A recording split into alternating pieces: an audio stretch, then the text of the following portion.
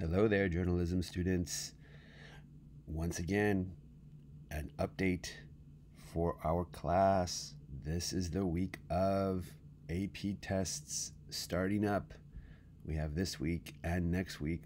Those of you who are taking these tests, I wish you nothing but success. You're doing something very difficult and challenging by participating in AP testing in a way that no one has ever participated in AP testing. And of course, we hope that we won't have to do it this way again.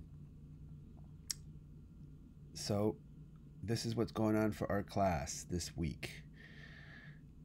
First, I want to do our shout out. It's going to be quick because two people decided to look at the update on Friday. Thank you, Valentina. Thank you, Iscali. Valentina and Annabella put together a sort of a rough draft of an episode, and it was viewed by Mr. Martinez. He gave some comments, which I forwarded to Valentina, so she's probably making some edits. As soon as we're done, we'll post an update in May, so at least we will have an update coming in May. I mentioned two people here that liked it, but when you go to my terrible YouTube channel, because I gotta tell you, I'm not a YouTuber, but the reality is that now when we're in teaching, we have to connect with our students. So I developed a YouTube channel that houses all of my classes, and I make 2 videos per class per week. And I want to draw your attention to my views count, which is super duper low. So let's see if anybody looked at anything overnight. Wow, one extra person looked at my period 2 and 5 update. But you know what? Over here, you see that? Let me put that right up on top. Journalism class update from Friday. 0 views. So I'm sending you these updates. I'm trying to keep up with what my responsibilities are as a teacher, what your responsibilities are as a student, as best as I can. Not one person turned in last week's weekly issue and production telecast.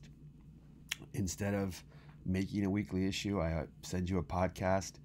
Not one of you even submitted it last week. And that's the second week in a row that no one has submitted anything. Here's another one for this week.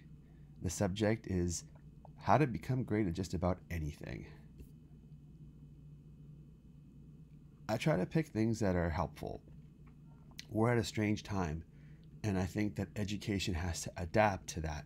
So if you notice, every subject area of podcasts that I'm having you listen to and respond to are about self-improvement. Journalism is not a self-improvement class. There is no self-improvement class. Why? Because every class, ideally, should help us improve. And so this one is about exactly that. What makes people good or bad at something is the first question that I'd like you to respond to after having listened to this podcast.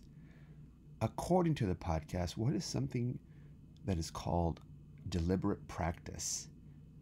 One of the researchers that's behind the concept of improvement, Anders Ericsson, get down to him.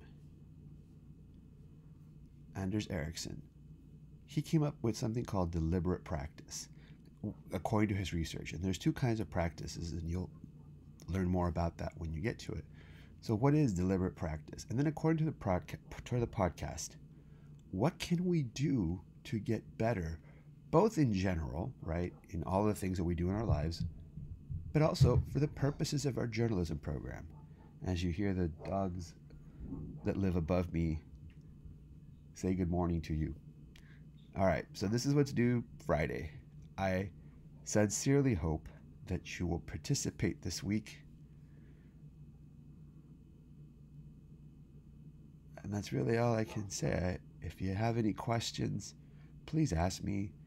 If you're confused, if anything, if you don't communicate it with me, there's no way I will know. So please do that.